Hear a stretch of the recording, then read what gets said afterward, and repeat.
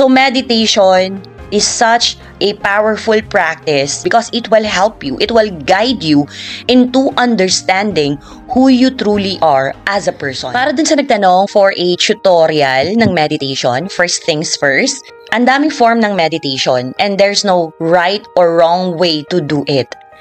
Because meditation is about being familiar sa kung paano ka mag-isip at kung ano yung mga inner narratives, inner movies na nagpe-play sa mind mo on a day-to-day basis.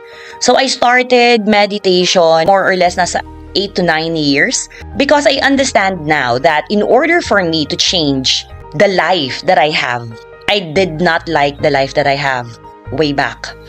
And in order to save myself, kailangan kong pag-aralan as to how I think, what are the set of beliefs na meron ako na naka-instill sa akin deep down on a cellular level deep.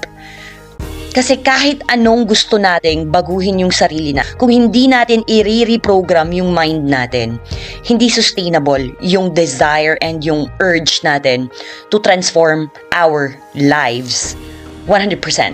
So meditation is such a powerful practice because it will help you, it will guide you into understanding who you truly are as a person, as a persona, as a character. Ano ba yung mga bagay na pinapaniwalaan mo at hindi mo pinapaniwalaan?